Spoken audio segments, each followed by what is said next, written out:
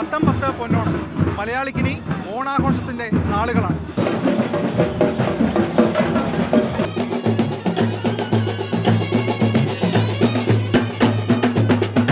അത്തച്ചമയ ഘോഷയാത്ര കാണാൻ പതിനായിരങ്ങളാണ് തൃപ്പൂണിത്തുറയിലേക്ക് ഒഴുകിയെത്തിയത്.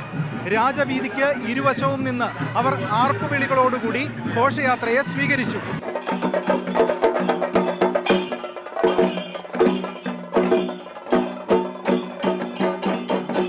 മന്ത്രി MP രാജേഷാണ് ഇത്തവണത്തെ അത്തച്ചമയ ആഘോഷം ഉദ്ഘാടനം ചെയ്തത്.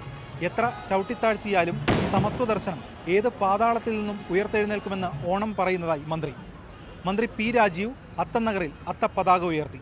ഭിന്നശേഷി സൗഹൃദമായിരുന്നു ഇത്തവണത്തെ അത്തച്ചമയ ആഘോഷം. ബഡ് സ്കൂളിലെ കുട്ടികൾക്ക് അത്തച്ചമയം കാണാൻ പ്രത്യേക സൗകര്യം ഒരുക്കിയിരുന്നു. നടൻ ജയറാം അത്തച്ചമയ ഘോഷയാത്ര ഫ്ലാഗ് ഓഫ് ചെയ്തു.